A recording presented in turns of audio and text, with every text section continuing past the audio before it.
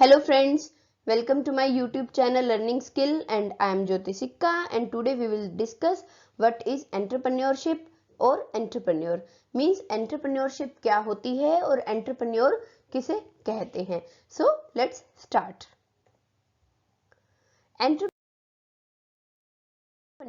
Entrepreneurship is a process. Entrepreneurship एक process है पूरा of developing a business plan को डेवलप करने का.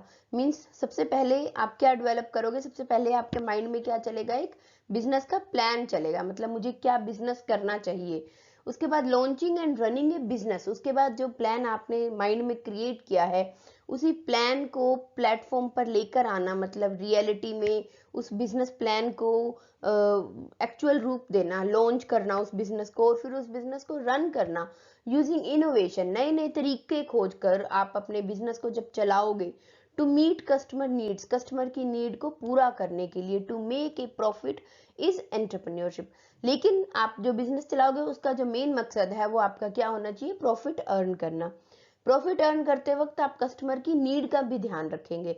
ये सारा जो प्रोसेस है इसे एंटरप्रेन्योरशिप कहते हैं. तो अगर हम इसको आसान भाषा में समझें तो हम ये कहेंगे कि एंटरप्रेन्योरशिप एक प्रक्रिया है, पूरी एक प्रक्रिया है जिसके अंदर हम एक बिजनेस प्लान को सबसे पहले अपने माइंड में क्रिएट करते हैं, फिर उसको चलाने के लिए, उसको एक्चुअल रियल लाइफ में लाने के लिए हम उस पर काम करेंगे, इनोवेशन करेंगे, नई नई चीज़ें क्रिएट करेंगे उस बिजनेस को और फिर उस बिजनेस को रन करने के लिए, ग्रो करने के लिए नए नए तरीके ढूंढेंगे. ठीक है, उसके लिए सबसे इंपॉर्टेंट जो है वो है कस्टमर नीड और मेक प्रॉफिट. दोनों चीजों का आपको ध्यान रखना है.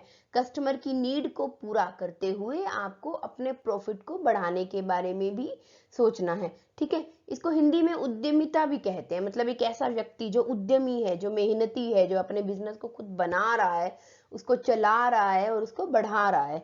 ठीक है, अब हम बात करते हैं एंटरप्राइज क्या होता है. तो enterprise is a project. Enterprise एक प्रोजेक्ट है, कुछ भी आपने जो प्लान किया है वो एंटरप्राइज है और अंडरटेकिंग है जो रिलेटेड टू योर बिजनेस है.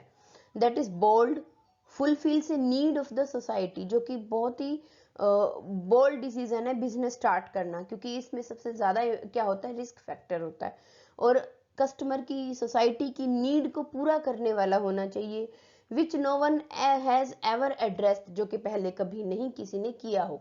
इस तरह का अगर आप कुछ नया बिजनेस स्टार्ट करते हैं दैट इज एंटरप्राइज. ठीक है, ये कुछ टर्म्स हैं जो आपको पता होनी चाहिए. अब हम बात करते हैं एंटरप्रेन्योर क्या होता है.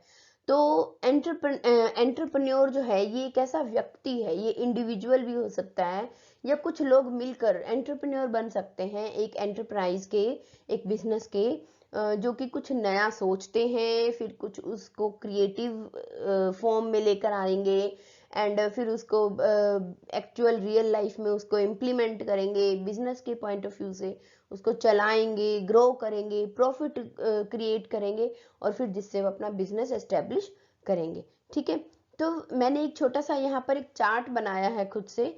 मेरे अकॉर्डिंग जो है ये एक एंटरप्रेन्योर का परफेक्ट स्टेप है कि एक एंटरप्रेन्योर कहाँ से शुरू होता है और फिर कहाँ तक वो काम करता है. जैसे सबसे पहले है यहाँ पर नीड. अभी मैं यहाँ पर आपको ना थोड़ा सा बताऊंगी, फिर आगे हम एक एक पॉइंट को डिटेल में भी पढ़ेंगे.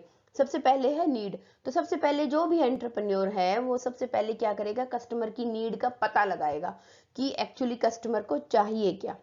ठीक है, जब उसको नीड पता लग जाएगी तो उसके बाद वो रिकॉग्नाइज करेगा अपॉर्चुनिटी कि कहाँ से मुझे अपॉर्चुनिटी मिल सकती है बिजनेस को चलाने के लिए. उसके बाद वो नया आइडिया लेकर आएगा कि इसको कैसे इम्प्लीमेंट किया जाए. नया आइडिया लेकर आने के बाद वो थोड़ा कैपिटल इकट्ठी करेगा, थोड़ी पूंजी इकट्ठी करेगा, पैसा इकट्ठा करेगा और फिर एक बिजनेस को स्टार्ट करेगा. ठीक है, बिजनेस को स्टार्ट करने के बाद ऐसा नहीं है कि यहाँ पर एंटरप्रेन्योर का काम खत्म हो गया, नहीं, यहाँ पर उसको अपने बिजनेस को ग्रो भी करना है कॉन्टिन्यूसली. उसमें नए नए तरीके खोजने हैं, नई नई इन्वेंशंस करनी है ताकि उसका बिजनेस जो है वो ग्रो कर पाए. The story of Sonia the entrepreneur. यहाँ पर ना मैंने आपको एंटरप्रेन्योर को समझाने के लिए एक स्टोरी क्रिएट की है. जैसे एक लड़की है, एक लड़की है सोनिया, जो कि एक विलेज में पैदा हुई है, विलेज में ही बड़ी हुई है, ठीक है। अब उसके फादर मदर जो हैं वो बहुत गरीब हैं, वो अपनी बेटी को लेकर शहर में आ जाते हैं, ठीक है। जैसे मैंने यहाँ लिखा है कि दिल्ली में आ जाते हैं ताकि वो कुछ पैसा कमा सकें, कुछ अपना लिविंग स्टैंडर्ड को अप कर सके, खाने के लिए रहने के लिए कुछ कमा सके, ठीक है। अब यहाँ पर जब वो मान लो वो लोग दिल्ली आ गए, ठीक है। एक फैमिली कौन है, हस्बैंड वाइफ, उनके साथ एक बेटी है उनकी सोनिया, ठीक है। जब वो दिल्ली आ गए या किसी भी शहर में आ गए तो उन लोगों ने, उस लड़की की हम बात कर रहे हैं सोनिया की, उस लड़की ने क्या देखा कि जो उसके फादर हैं वो बिल्कुल लेबर क्लास का काम कर रहे हैं, जो उसकी मदर है वो घरों में जाकर खाना बनाने का, बर्तन साफ करने का, ये सब काम कर रही है। और जैसे तैसे उन लोगों ने अपनी लाइफ को थोड़ा स्मूथ किया और अपनी बेटी को स्कूल में डाला। स्कूल में जब वो लड़की गई है तो वो देख रही है कि उसके मम्मी पापा बहुत हार्ड वर्क कर रहे हैं, और फिर धीरे धीरे वो लड़की जो है वो कॉलेज में भी चली गई। लेकिन कहीं ना कहीं उस लड़की के दिमाग में हर बार यही बात आ रही थी कि मैं ऐसा क्या करूं जिससे कि मेरे पेरेंट्स को थोड़ी बेटर लाइफ मिले, जिससे कि हम पैसा कमा सकें, मैं अपने पेरेंट्स की हेल्प कर सकूं, ठीक है। ऐसा जब वो पेरेंट्स की हेल्प करने के बारे में सोच रही थी तो she was studying in college, वो कॉलेज में पढ़ रही थी, ठीक है। अब यहाँ पर क्या है, नेक्स्ट हम पढ़ते हैं। जब वो कॉलेज में गई है तो उसने क्या देखा है, उसने ये देखा कि मैं ऐसा क्या कर सकती हूँ जो कि मैं अपने पेरेंट्स की हेल्प कर सकूं। वो अगेन एंड अगेन यही सब सोचती जा रही है। यहाँ पर उसके माइंड में क्या आ रहा है, नीड जनरेट हो रही है, क्रिएटिविटी करने के लिए, कुछ नया करने के लिए उसके माइंड में कुछ आया कि मुझे करना क्या चाहिए, लेकिन ये नहीं पता है उसको कि मुझे क्या करना चाहिए, ठीक है। अब उसने क्या किया, अब वो अपने कॉलेज में कैंटीन में जाकर जब बैठी एक दिन तो उसने देखा कि कॉलेज में बहुत अनहेल्दी फूड मिल रहा है। अनहेल्दी मतलब फास्ट फूड मिल रहा है, कुछ भी हो सकता है, बर्गर, कोल्ड ड्रिंक्स, पिज्जा, ये सब फूड जो है ये लड़कियां नहीं खाना पसंद करती, लेकिन उनके पास ऑप्शन ही नहीं है। अब वो क्या खाएंगे, अब उनको वही खाना पड़ेगा क्योंकि भूख तो लगेगी उनको लंच ब्रेक में या ड्यूरिंग द ब्रेक। अब इस लड़की ने क्या सोचा, इस लड़की ने सोचा कि क्यों ना मैं कुछ हेल्दी स्नैक्स बनाऊं, हेल्दी स्नैक्स कुछ भी, लाइक फ्रूट सैलेड या जो भी, मतलब उस लड़की के माइंड में आया कि मैं कुछ हेल्दी स्टार्टर बनाती हूँ, कुछ हेल्दी स्नैक्स बनाती हूँ जो कि इन लड़कियों को मैं सेल कर सकती हूँ और ये लड़कियां भी खुश हो जाएंगी, ठीक है, अपने फ्रेंड को सेल कर सकती है। अब आगे क्या हुआ, जब उसने हेल्दी स्नैक्स लाकर कॉलेज में सेल करने स्टार्ट किए, सब लोगों ने उसको, उसके स्नैक्स को बहुत पसंद किया। क्यों, क्योंकि उसने उसकी नीड को पढ़ लिया था लोगों की, कि वो जो फास्ट फूड है वो खाना नहीं चाहते और लेकिन उनको अवेलेबल ही नहीं हो रहा है। तो जब उस लड़की ने फास्ट फूड को बंद करके उसकी रिप्लेस करके कुछ हेल्दी फूड सेल करना शुरू किया तो सभी लोगों ने बहुत पसंद किया उसको, ठीक है। इतना पसंद किया कि उसकी बहुत अच्छी सेल होने लग गई। अब इसमें क्या हुआ, इस लड़की ने सोचा कि अपने फैमिली मेंबर्स की और फ्रेंड्स की थोड़ी हेल्प लेकर उसने एक मशीन लगाई जिससे कि स्नैक्स जो है वो जल्दी बन जाते हैं। अब उसके स्नैक्स जो थे वो 5 टाइम्स बढ़ गए, मतलब ज्यादा बनने लग गए। अब उसने उसी जो हेल्दी स्नैक्स थे उसको अपने एरिया में भी डिस्ट्रीब्यूट करना शुरू किया और अपने फ्रेंड्स को भी बोला कि अगर तुम मेरे स्नैक्स को आगे सेल करते हो तो मैं तुम्हें कमीशन दे दूंगी। जैसे जैसे इसका बिजनेस, क्योंकि ये दूसरों को भी इन्वॉल्व कर रही है, इसने मशीन भी लगा लिया, अब इसका बिजनेस क्या है, ग्रो करने लग गया है। तो इस तरह से धीरे धीरे जो है ये लड़की अपना एक छोटा सा एंटरप्रेन्योरशिप ये स्टार्ट कर पाई, या एंटरप्राइज स्टार्ट कर पाई, अपना एक स्नैक्स का बिजनेस इसने स्टार्ट कर दिया, ठीक है। तो ये लड़की क्या कहलाएगी, एंटरप्रेन्योर कहलाएगी। आई थिंक आपको एंटरप्रेन्योर का मीनिंग बहुत अच्छे से समझ में आ गया है, ठीक है।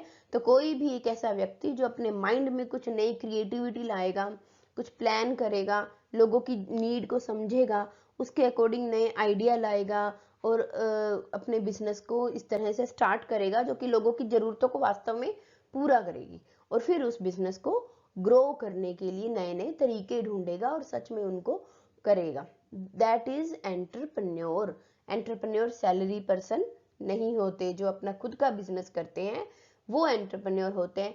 वो एंटरप्रेन्योर छोटा भी हो सकता है और बड़ा भी हो सकता है। इवन एक परचून की दुकान पर अगर कोई बैठा है जो कि अपना छोटा सा घर में ही उसने थोड़ा सामान रखा, धीरे धीरे जो है सामान बिकने लग गया, सामान और ज्यादा रखने लग गया, उस घर को ही उसने दुकान की फॉर्म में बना लिया, धीरे धीरे उसने उस दुकान को बड़ा कर दिया, वो भी एंटरप्रेन्योर है।